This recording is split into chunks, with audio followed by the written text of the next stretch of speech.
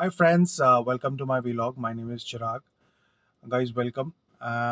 मैं कुछ दिन पहले ऐसे ही न्यूज़ में देख रहा था और मैंने देखा कि सलमान खान ने दबंग 4 के लिए तिग्मांशु धूलिया को अप्रोच किया है। अब ये न्यूज़ कितनी सही है, कितनी गलत है मुझे पता नहीं है। बट मैंने सोचा कि इस पे एक तो एनालिसिस बनता ही बनता है और मुझे काफ़ी खुशी हुई क्योंकि सलमान खान ने जो जो चॉइस की है, एक इंडिपेंडेंट डायरेक्टर जो इंडिपेंडेंट इंडी टाइप के जो डायरेक्टर है उनके साथ उनका कम ही मतलब काम होता है, मगर इस बार जो उन्हें चॉइस की है दबंग 4 के लिए। और आई एम श्योर जो पिछली जो दबंग 2 2 और 3 बनी थी, जिस तरह का उसमें मतलब क्वालिटी में जो प्रॉब्लम्स आई थी, उसके बाद जो चॉइस की है, तो मुझे लगा कि इसके बारे में एक छोटा सा एक डिस्कशन या एनालिसिस किया जाना चाहिए। तो पहले तो ये समझते हैं कि तिग्मांशु तुल्य ने अपना करियर कहाँ से स्टार्ट किया। ये दिल्ली में एक फ़िल्म बन रही थी इलेक्ट्रिक मून, प्रदीप कृष्णन की। प्रदीप कृष्णन एक बहुत अच्छे इंडिपेंडेंट फ़िल्म मेकर थे, दिल्ली के, जो बाद में उन्होंने फ़िल्में छोड़ दी। और उनकी ये फ़िल्में बनाते थे अपनी वाइफ़ के साथ, जो उन्हीं फ़िल्मों पे राइटर हुआ करती थी, जिनका नाम है अरुंधति रॉय। तो अरुंधति रॉय और प्रदीप कृष्णन दिल्ली में फ़िल्म बनाते थे और उनकी फ़िल्मों में अगर आप देखोगे तो शाहरुख खान ने भी काम किया है, मनोज वाजपेयी, जितने भी ये एनएसडी के एक्टर्स थे, जो आज काफ़ी बड़े-बड़े स्टार्स हैं। इवन जो टीवी में बहुत सारे एक्टर्स आज आप उनकी फ़िल्म एक बार देखेंगे तो आपको ये सारे के सारे शाहरुख खान और मनोज वाजपेयी और जितने भी रघुवीर यादव, जितने भी एक्टर्स हैं, आपको उनकी फ़िल्मों में मिलेंगे। तो इलेक्ट्रिक मून पे ये एज़ एन असिस्टेंट काम कर रहे थे और उसके बाद उस फ़िल्म पे हबीब फैज़ल, जो एक राइटर डायरेक्टर है, जिनने भी और उनने भी बहुत सारी यशराज की फ़िल्में की है, उनने भी उस पे काम किया है। और उसके बाद आई आई गेस इनने शेखर कपूर की बैंडिट क्वीन पे काम किया था। और ये बैंडिट क्वीन में आई गेस ये रिसर्च के लिए गए थे किसी एरिया में, जो उस टाइप का बीहड़ टाइप का एरिया होता है, तो वहाँ पर गए थे। तो वहाँ पर इनको आइडिया, मतलब वहाँ पर इनको सुनने में आया था, पान सिंह तोमार जो डकैत है उनके बारे में इनको सुनने में आया और वहाँ से इनको ये आइडिया आ गया था। और बाद में जब ये वापस आए, बहुत सालों के बाद जब ये पोजीशन में थे उस फ़िल्म को बनाने के लिए, तो इन्हें बना दी। तो वहाँ से इसके रूट्स आते हैं पान सिंह तोमार के।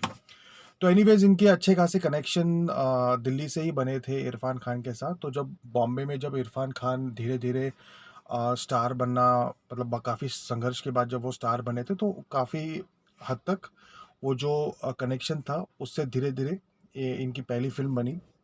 पहले तो टीवी में काम करते थे एज़ अ डायरेक्टर। इनने कुछ 3-4 टीवी सीरियल्स में काम किया है एज़ अ डायरेक्टर और फिर इनने फाइनली फ़िल्म बनाई हासिल। अब बेसिकली हासिल तो एक बहुत ही अच्छी फ़िल्म है, मगर what is the greatness of हासिल? क्या मतलब उसकी यूनिकनेस क्या है?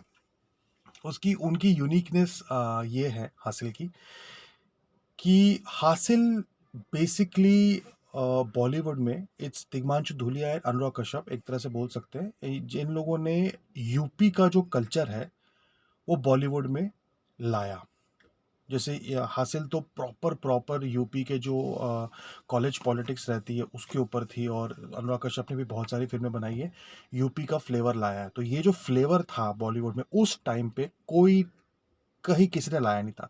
जैसे अगर आपको याद होगा कि जब राम गोपाल वर्मा अ, अपने टाइम में एक किस्म की गैंगस्टर फ़िल्में बनाते थे, जो मुंबई गैंगस्टर का जो पूरा रहता था, उसके ऊपर उनकी एक किस्म की फ़िल्में रहती थी। गैंगस्टर फ़िल्में तो पहले भी बनी है, बट जो मुंबई गैंगस्टर को लेके जो एक फ्लेवर रहता था राम गोपाल वर्मा का, आरजीवी का, वो बहुत ही यूनिक रहता था। और वैसे ही जो एक यूपी का जो एक स्टूडेंट पॉलिटिक्स बोलो या वहाँ के जो कैरेक्टर्स होते हैं, उसको लेके जो जिस तरीके से जो फ्लेवर हासिल में और उसके बाद वाली फ़िल्मों में तिग्मांशु धूलिया ने इंट्रोड्यूस किया, वो काफ़ी नया था, न्यू था और उस टाइम पे लोगों को काफ़ी पसंद आया।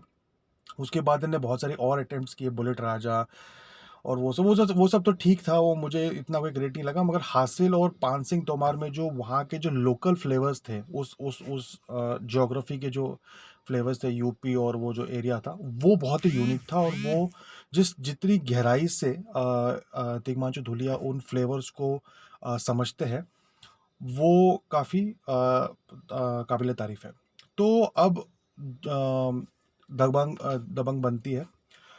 और दबंग में आप देखेंगे कि जो इसके जो दबंग 1 था, उसका जो डायरेक्टर अभिनव कश्यप, वो और अनुराग कश्यप ऑब्वियसली यूपी से ही आते हैं। और अब वो टाइम पे तो इनने वो फ़िल्म बना दी और वो सुपर हिट हुई। बाद में अभिनव कश्यप और सलमान खान का कोई ख़ास जमा नहीं और उनने कभी साथ में काम नहीं किया। व्हिच इज़ ओके, वो एक टोटली डिफरेंट कॉन्सेप्ट है। मगर उसके बाद जो ये बहुत ही एक सक्सेसफुल फ्रैंचाइज़ बनी दबंग की, अ, उसको आगे बढ़ाने के लिए कोई ख़ास स्ट्रैटेजी थी नहीं। तो सबसे पहले तो अरबाज़ खान आ गए और उनने फ़िल्म बनाई और ठीक है, उनने फ़िल्म बना दी, मगर मुझे नहीं लगता कि उनको यूपी कल्चर के बारे में कोई ख़ास इतना इनसाइट होगा, बिकॉज़ वो बेसिकली बांद्रा के पले-बड़े हैं। और फ़िल्म तो बना लेंगे, मगर वो ये जो यूपी का जो यूनिक कल्चर था, वो जो दबंग की फ्रैंचाइज़ से उसको और ऊपर बढ़ाना था। उस पूरा एनवायरनमेंट है यूपी का, वहाँ से आपको एक फ़िल्म को डेवलप करना था। मुझे नहीं लगा कि वो ना उसको कभी समझते हैं, ना उसको बना पाएँगे, और वही हुआ। उसके बाद प्रभुदेवा को भी इनने 3rd इंस्टॉलमेंट के लिए बुलाया। वो रहे साउथ इंडियन और उनका अलग ही फ्लेवर है, उन्होंने पता नहीं क्या बना दिया। और ये 2 फ़िल्में चली तो सही, मगर मेरे को तो पसंद नहीं आई, कोई ख़ास पसंद नहीं आई। और ये दोनों जो डायरेक्टर्स अच्छे हैं, मगर मुझे तो ख़ास पसंद नहीं आई। अब क्योंकि दबंग 4 बनाना था और ये एक सक्सेसफुल फ्रैंचाइज़ तो होनी चाहिए, मगर उसके साथ-साथ इसमें जो यूपी का जो फ्लेवर है, वो ठीक से घुल-मिलना चाहिए। जो अदरक का जो फ्लेवर होता है चाय में, वैसे जो चाय तो कोई भी बना लेगा, मगर जो फ्लेवर चाहिए वो बहुत इम्पोर्टेंट है।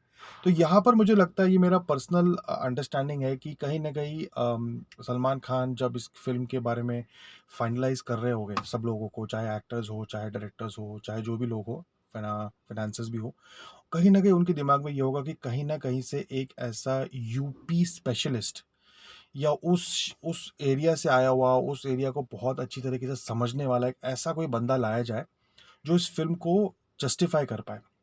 जो वहाँ का जो एनवायरनमेंट है, उसको उसको ठीक से प्रेज़ेंट कर पाए।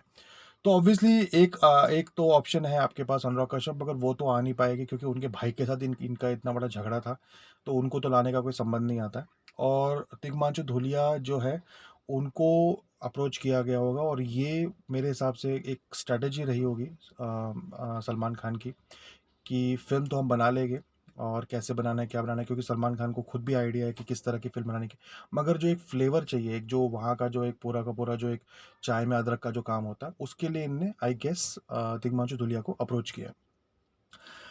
तिग्मांशु धूलिया बीच में मतलब 2-3-4 साल पहले एक गवर्नमेंट के साथ उनने कोई प्रोजेक्ट किया था, जिस पे उनका डिस्प्यूट हो गया था। ये आई डोंट नो कौन-सी गवर्नमेंट है, ये प्रेज़ेंट गवर्नमेंट है कि प्रीवियस गवर्नमेंट है, उनके साथ कोई डिस्प्यूट हो गया था, और उनको कोई फ़ाइनेंशियल, मतलब जो पेमेंट आनी थी उस प्रोजेक्ट की, वो नहीं आई, और कुछ उनका फ़ाइनेंशियल डिस्प्यूट हो गया गवर्नमेंट के साथ, और वो पैसा आया नहीं, और वो थोड़ा-सा कोर्ट केस भी हो गया, थोड़ा प्रॉब्लम भी हो गया, एक फ़ाइनेंशियल ट्रबल से चल रहे थे ये।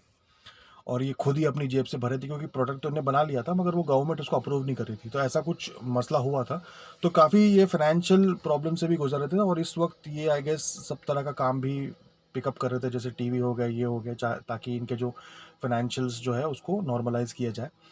और इस टाइम पे जो ये दबंग 4 आई है, मुझे लगता है कि ये अपनी लाइफ का जो भी पैसा है, वो आई थिंक इस फ़िल्म से कमा लेंगे, बिकॉज़ इस फ़िल्म जैसे ही बनेगी, तो ये आई एम श्योर इनको अगली 1-2 ऐसी और बड़ी फ़िल्में बन जाएगी, और जो एक जो डायरेक्टर होता है, वो इसी पीरियड में अपना पैसा कमा जाता है। इसी पीरियड में आपको जो प्रॉपर्टी के लिए नहीं, आपको जो पैसा कमाना है, वो अब ये जो आने वाले जो 3-4 साल है, तो अब इट्स बहुत इम्पोर्टेंट भी ये हो जाता है कि ये इस फ़िल्म पे टिके, कोई डिस्प्यूट ना हो इनके और सलमान खान के बीच में, ये टिके, और ये जो अगले 3-4 साल है, इसी में आई गेस ये अपना पूरा का पूरा पैसा कमाएँगे। और आई होप ये फ़िल्म अच्छी हो, क्योंकि मैं इस पे वीडियो बना रहा हूँ। इसका मतलब है कि मैं अब वेट कर रहा हूँ कि ये फ़िल्म कब आएगी, क्योंकि मैं देखना चाहता हूँ कि दबंग 1 के बाद सीधा मैं अब ये दबंग 4 देखूँगा। 2 और 3 तो मैंने देखी नहीं। अ, तो मैं सीधा 1 के बाद सीधा 4 देखूँगा, और आई होप ये फ़िल्म अच्छी हो, और इससे जो सलमान खान भी जो एक दबंग 1 के बाद जो एक वो जो यूपी का फ्लेवर उनका इतना इतना हिट हुआ था, वो फिर से वो टाइम आ जाए, और एक बहुत अच्छी फ़िल्म बने, और मैं तिग्मांशु धूलिया का भी बहुत बड़ा फ़ैन हूँ, और उनकी फ़िल्म मैं देखना चाहूँगा। तो गाइज़ देखते हैं अब कैसा क्या होता है, और ये कैसी फ़िल्म निकल के आती है।